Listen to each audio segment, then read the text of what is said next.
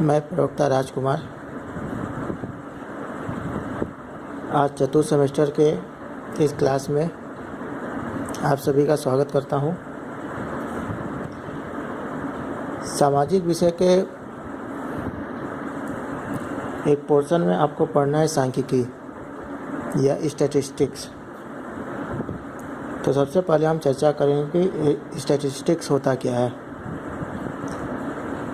विभिन्न वैज्ञानिकों द्वारा इसकी क्या परिभाषाएं दी गई हैं, इसका क्या महत्व है, क्या उपयोग है और इसका क्या लिमिटेशन है। तो सबसे पहले हम स्टार्ट करते हैं कि सांख्यिकी क्या होता है।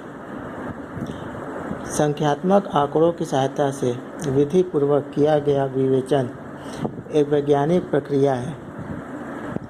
विज्ञान की इस शाखा को सांख्यिकी कहते हैं।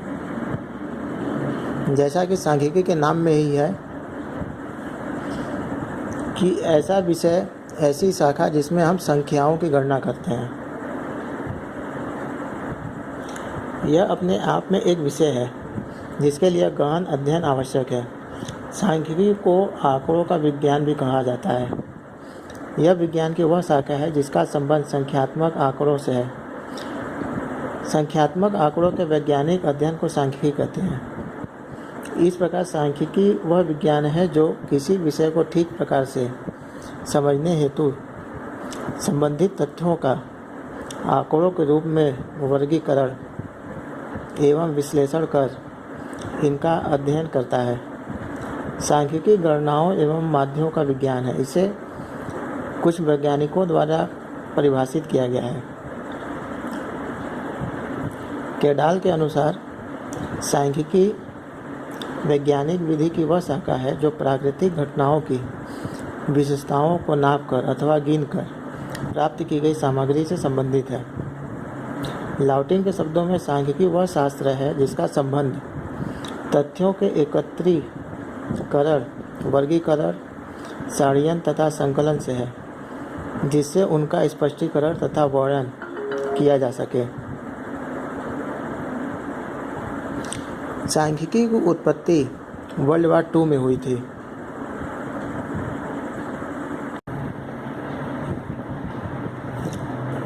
अगर हम इन सभी परिभाषाओं का सारांश देखें तो सांख्यिकी में संख्यात्मक आंकड़ों का संकलन, वर्गीकरण और सारणीयन, विश्लेषण एवं व्याख्या का कार्य किया जाता है।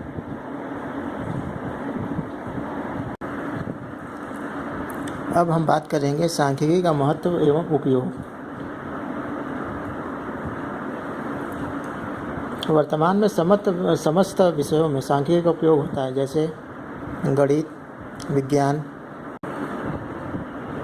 कृषि, भूगोल, अर्थशास्त्र, चिकित्सा एवं वैज्ञानिक अनुसंधान आदि में। सांख्यिकी द्वारा सर्वोत्तम सही विवरण संभव है। इसके द्वारा सामान्य निष्कर्ष निकालने में सहायता प्राप्त होती है। सांख्यिकी हमें अपने परिणामों को सार्थक और सरल रूप में सहायता देती है। सांख्यिकी की विधियां हमें पूर्व कथन करने में सहायक हैं। इसी के साथ साथ सांख्यिकी की कुछ अपनी सीमाएं भी हैं। सांख्यिकी व्यक्तियों के समूह का अध्ययन करती है, न कि व्यक्ति विशेष का। इसके नियम गणितीय नियमों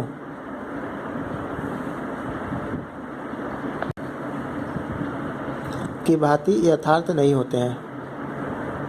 ये बहुलता के आधार पर आंकड़ों की केंद्रीय प्रवृत्ति को व्यक्त करते हैं। सांख्यिकी तकनीकी केवल उसी विषय पर प्रयुक्त होती है जिसका संख्यात्मक रूप से लघुकरण किया जा सके। उचित निष्कर्ष निकालने के लिए सांख्यिकी का विशिष्ट ज्ञान होना आवश्यक है, पर सदैव विशेषज्ञ की राय प्राप्त नहीं होती। सांख्यिकी तथ्य प्राय समूह के व्यवहार पर आधारित होते हैं, अतः व्यक्ति के व्यवहार की व्याख्या करने में अधिक उपयोगी नहीं होते हैं। सांख्यिकी समस्याओं के समाधान का साधन प्रस्तुत करती है, न कि स्वयं समाधान। जैसा कि अभी तक हमें पता चल गया कि सांख्यिकी में हम कुछ संख्याओं को लेकर उसे हम वर्गीकृत करके उसका सारणी बनाकर अपने आवश्यकता अनुसार निष्कर्ष निकाल सकते हैं। तो अब सांख्यिकी में हम बात करेंगे आंकड़े या डेटा। किसी तथ्य को स्पष्ट रूप से बताना, परिणाम तक पहुंचना अथवा दो या दो से अधिक स्थितियों की तुलना करना कठिन कार्य है, परंतु जटिल समस्याओं का समाधान निकालने में जिन संख्यात्मक परिणामों अथवा संख्यात्मक मानों का योगदान है, उन संख्यात्मक अथवा परिणात्मक मान को आंकड़े कहा जाता है। हमारे दैनिक जीवन में किसी तथ्य को आंकड़ों की सहायता से व्यक्त करने का बहुत महत्व है। जैसे सुरेश को बहुत तेज बुखार है, कहने की अपेक्षा यह कहना अधिक अर्थपूर्ण होता है कि सुरेश को 104 डिग्री सेंटीग्रेड बुखार है। आज बहुत तेज वर्षा हुई की अपेक्षा यह कहना कि आज 21 मिलीमीटर वर्षा हुई तथ्य सच्चाई को अधिक स्पष्टता से व्यक्त करता है। किसी विद्यालय का परीक्षाफल बहुत अच्छा रहा की अपेक्षा यदि हम यह कहें कि उत्तीर्णता प्रतिशत 93% रहा, तो हमें दूसरे विद्यालयों से जिनका परीक्षा